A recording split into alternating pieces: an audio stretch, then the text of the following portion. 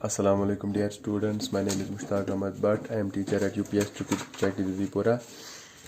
आज हम class 7th की ज्योग्राफी से चैप्टर नंबर 4 एयर पढ़ेंगे। तो इसमें हमारा मेन टॉपिक जो रहेगा वो कंपोजिशन ऑफ एटमॉस्फेयर और दूसरा रहेगा स्ट्रक्चर ऑफ एटमॉस्फेयर। तो एयर की बात अगर करें, air is a mixture of gases. Air हम देख नहीं सकते एयर को, लेकिन हम महसूस कर सकते हैं एयर को। We can feel the air. Air जो होता है ये एटमॉस्फेयर में होता है। एटमॉस्फेयर की बात अगर करें, atmosphere is a huge blanket of air that surrounds our earth. यानी हमारी अर्थ के इर्द गिर्द जो होती है एक ह्यूज ब्लैंकेट ऑफ एयर होती है, उसी को एटमॉस्फेयर कहते हैं। तो अगर एटमॉस्फेयर की कंपोजिशन की बात करें, atmosphere is composed of different gases. इसमें गैसेस होती है जैसे नाइट्रोजन है 78%, ऑक्सीजन 21%, कार्बन डाइऑक्साइड है, हीलियम है, आर्गन, ओजोन, हाइड्रोजन। ये दो गैस नाइट्रोजन और ऑक्सीजन, इनकी जो परसेंटेज है, इनकी कंसंट्रेशन एटमॉस्फेयर में 99%। तो बाकी जो गैसेस है वो उनकी परसेंटेज बहुत कम होती है, यानी 1% से भी कम। और इसके अलावा टिनी डस्ट पार्टिकल्स भी होते हैं एटमॉस्फेयर में। तो नाइट्रोजन की बात अगर करें, नाइट्रोजन सबसे ज़्यादा मोस्ट प्लेंटीफुल, यानी इसकी कंसंट्रेशन एटमॉस्फेयर में 78%, यानी सबसे ज़्यादा होती है। नाइट्रोजन प्लांट्स के लिए बहुत ज़्यादा ज़रूरी है।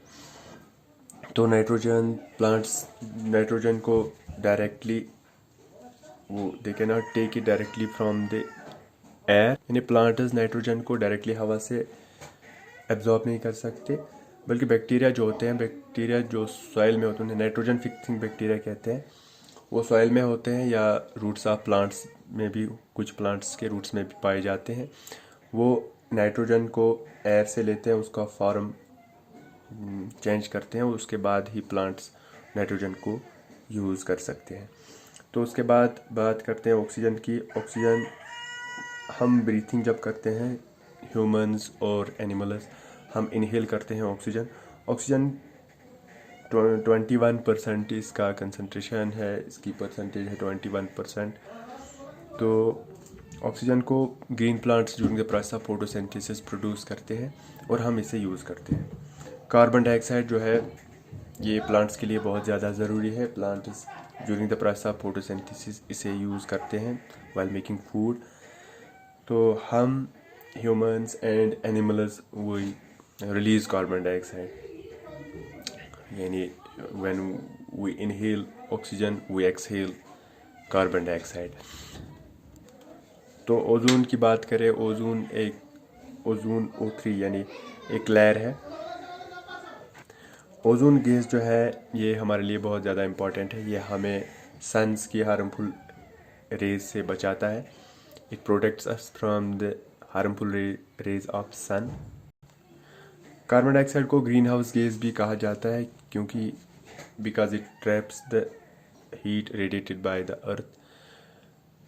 तो उससे टेम्परेचर ऑफ एटमॉस्फेयर बढ़ जाता है, तो इसको ग्रीन हाउस गैस भी कहते हैं। अब हम स्ट्रक्चर ऑफ एटमॉस्फेयर की बात करें तो atmosphere is divided into 5 layers. Troposphere first layer, उसके बाद stratosphere, then mesosphere, then thermosphere and exosphere. अगर हम पहले बात करें ट्रोपोस्फेयर की, ट्रोपोस्फेयर की थिकनेस जो है वो 13 किलोमीटर तक की होती है। ये मोस्ट इम्पॉर्टेंट, ट्रोपोस्फेयर जो है most important layer of atmosphere भी है। हर किस्म के वेदर फिनोमिना जो है, जैसे रेनफॉल है, स्नोफॉल है, क्लाउड्स है, वो सब इसी लेयर में होता है। उसके बाद स्ट्रेटोस्फेयर की बात करते हैं। स्ट्रेटोस्फेयर की थिकनेस ज़मीन से 50 किलोमीटर्स तक होती है। तो ओजोन लेयर जो है वो स्ट्रेटोस्फेयर में ही है। ओजोन के बारे में अब पहले बता चुका हूँ। ओजोन जो है it protects us from the harmful rays of sun. Stratosphere is also ideal for flying aeroplanes, क्योंकि इसमें क्लाउड्स नहीं होते हैं, तो ये आइडियल है एरोप्लेन फ्लाइंग के लिए। उसके बाद मीजोस्फीयर, इसकी थिकनेस जो है वो 80 किलोमीटर्स तक की होती है। उसके बाद थर्मोस्फीयर की बात करते हैं। In thermosphere temperature rises very rapidly with increasing height. तो इसमें थर्मोस्फीयर में टेम्परेचर बहुत ज़्यादा बढ़ जाता है। Ionosphere is a part of this layer. Ionosphere इसी लेयर में होता है। आयोनोस्फीयर जो रेडियो ट्रांसमिशन के लिए बहुत ज़्यादा इंपॉर्टेंट है। उसके बाद जो लास्ट लेयर है वो एक्सोस्फीयर है। तो exosphere the upper most layer of the atmosphere, atmosphere की सबसे लास्ट वाली, सबसे ऊपर वाली जो लेयर होती है वो एक्सोस्फीयर होती है। This layer has very thin air, इसमें हवा बहुत कम होता है, बहुत पतला होता है। Light gases like helium hydrogen float into the space from here.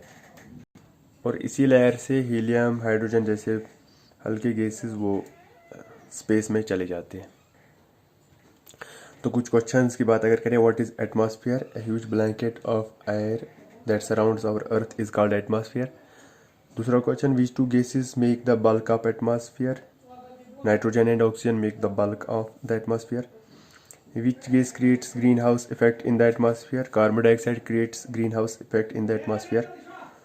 What's weather? ये हम अगले क्लास में पढ़ेंगे। नेम 3 टाइप्स ऑफ रेनफॉल, ये भी नहीं पढ़ा अभी। व्हाट इज़ एयर प्रेशर, ये भी हम अगले क्लास में पढ़ेंगे। So thank you for watching.